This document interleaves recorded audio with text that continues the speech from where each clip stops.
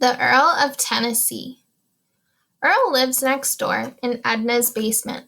Behind the flower boxes, Edna paints green each year. Behind the dusty geraniums.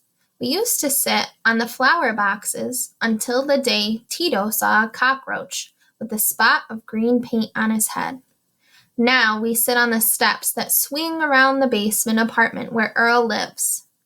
Earl works nights. His blinds are always closed during the day. Sometimes he comes out and tells us to keep quiet. The little wooden door that has wedged shut the dark for so long opens with a sigh and lets out a breath of mold and dampness, like books that have been left out in the rain. This is the only time we see Earl, except for when he comes and goes to work. He has 2 little black dogs that go everywhere with him. They don't walk like ordinary dogs, but leap and somersault like an apostrophe and a comma. At night, Nenny and I can hear when Earl comes home from work. First, the click and whine of the car door opening, then the scrape of concrete, the exciting tinkling of the dog tags, followed by the heavy jingling of keys. And finally, the moan of the wooden door as it opens and lets loose in its sigh of dampness. Earl is a jukebox repairman. He learned his trade in the South, he says. He speaks with a Southern accent, smokes fat cigars, and wears a felt hat, winter or summer, hot or cold, don't matter, a felt hat. In his apartment are boxes and boxes of 45 records, moldy and damp like the smell that comes out of his apartment whenever he opens the door. He gives the records away to us, all except the country and western. The word is that Earl is married and has a wife somewhere.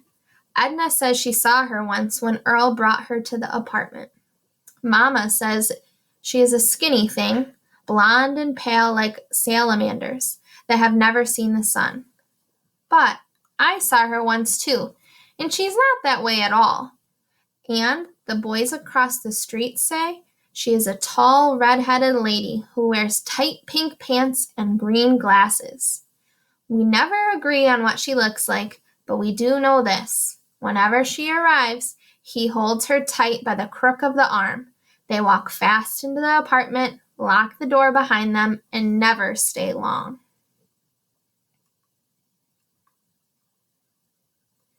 Sire.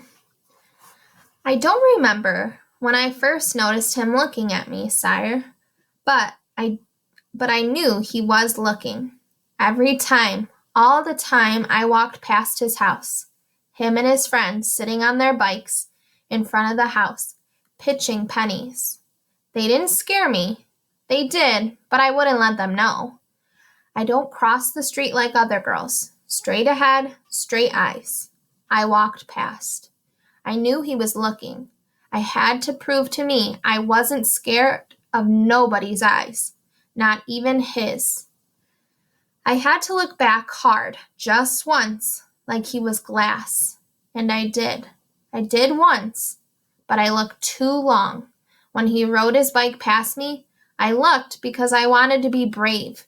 Straight in the dusty cat fur of his eyes and the bike. Stopped and he bumped into a parked car.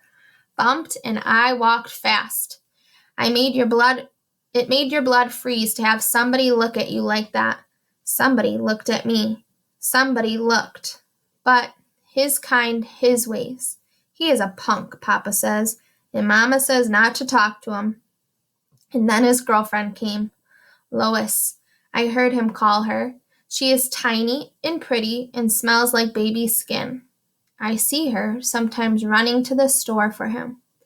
And once, when she was standing next to me at Mr. Benny's grocery, she was barefoot. And I saw her barefoot baby toenails all painted pale pink, like little pink seashells. And she smells pink like babies do. She's got big girl hands and her bones are long like ladies' bones. And she wears makeup too. But she doesn't know how to tie her shoes. I do. Sometimes I hear them laughing late, beer cans and cats, and the trees talking to themselves.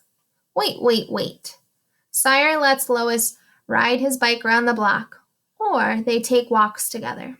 I watch them. She holds his hand and he stops sometimes to tie her shoes. But Mama says those girls are the ones that go into alleys. Lois, who can't tie her shoes. Where does he take her? Everything is holding its breath inside me. Everything is waiting to explode like Christmas. I want to be all new and shiny. I want to sit out bad at night, a boy around my neck and the wind under my skirt. Not this way. Every evening talking to the trees, leaning out my window, imagining what I can't see. A boy held me once so hard, I swear. I felt the grip and weight of his arms, but it was a dream. Sire, how do you hold her? Was it like this? And when you kissed her, like this?